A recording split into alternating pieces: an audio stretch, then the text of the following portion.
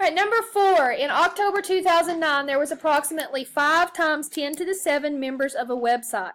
In January, there was approximately 2 times 10 to the 8th members. How many more members were there in January than in October? So they're telling you that January is more, and they want to know how many more. Okay, how many more? That's a subtraction. We are going to subtract. January was the larger one, and we're going to subtract October. So there's your formula. January was 2 times 10 to the 8th, and we want to subtract October, which was 5 times 10 to the 7th.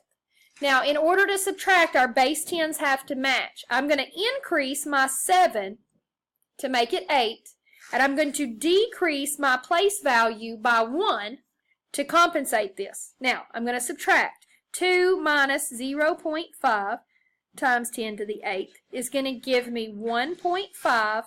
I keep the base 10s the same, and I get 1.5 times 10 to the 8th. Now, a lot of you panicking about what to put in these boxes right here. There's really not that big of a thing.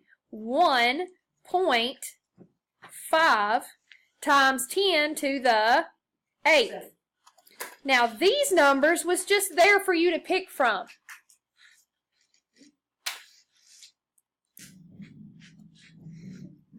Number 4. This is on the back side of this page. The area of Asia is about 44,600,000 square kilometers. The area of Europe is 9.94 times 10 to the 6. You guys should have recognized this problem because we did it yesterday. You're going to need these both in the same form. We're going to put them in scientific notation. When it says, here's the question, what is the combined area of Asia and Europe? All you had to do was to decide what operation would combine these areas. You needed to add Asia plus Europe.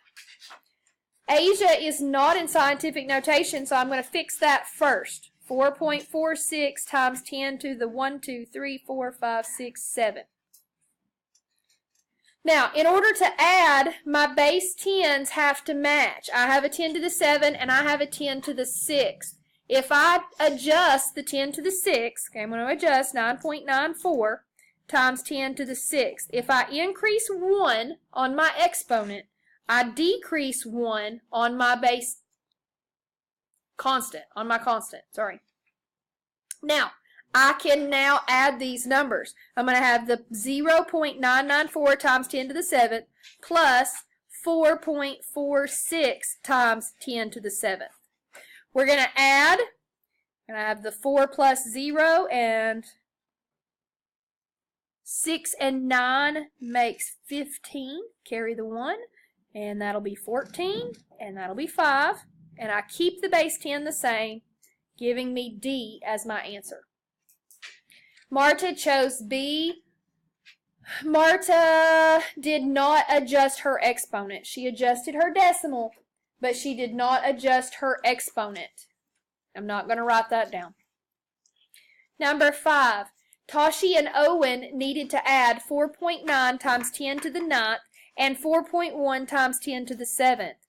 Toshi says that they must use the expression here. Owen says they have to use this one. Are neither one or both students correct? So, we just need to check their work to see if they've done it right. So, Toshi has changed the first one, okay? Toshi has took his 4.9 times 10 to the 9th, and he's changed it to 490 times 10 to the 7th. Now, if I decrease my exponent by 2, not 7, by 2, which is what he's done, I increase my constant by 2 place values. So my 49 would have become 490. So Toshi's work is correct. Okay, Toshi's work is correct. Now we need to check Owen. Owen left his 4.9 times 10 to the 9 the same, and he adjusted the second number. We need to check his adjustment. He's going from 7 to 9, so he added 2 exponents, which would be a decrease of 2 place values.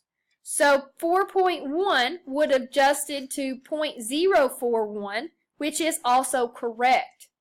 Both of these boys were correct. And they are both correct because they both adjusted their exponents and decimals properly. And if you remember on your quiz yesterday, that last question wanted to know what's two different ways you could have adjusted this. You could have added to one of the exponents, or you could have subtracted from one of the exponents. Okay, that's your two different ways. Adjust one or adjust the other, and it doesn't matter which you choose. Last question. Number 6, evaluate 7.3 times 10 to the 6th plus 2.4 times 10 to the 7th divided by 4 times 10 to the 4th. Now, I told you yesterday that when you have a fraction, the numerator and the denominator are the same as being in a group. Okay, it's just like these was in a giant parentheses. We can't divide until we either combine these or distribute the denominator. So let's work in the numerator first. We're going to start with the addition. Now, I can't add because my base 10s don't match. So I'm going to adjust my 7.3 to make my 10 to the 6th become a 10 to the 7th. In order to increase my exponent by 1, I have to decrease my constant by 1 place value. So 0.73 times 10 to the 7th plus 2.4 times 10 to the 7th. That would be my new numerator.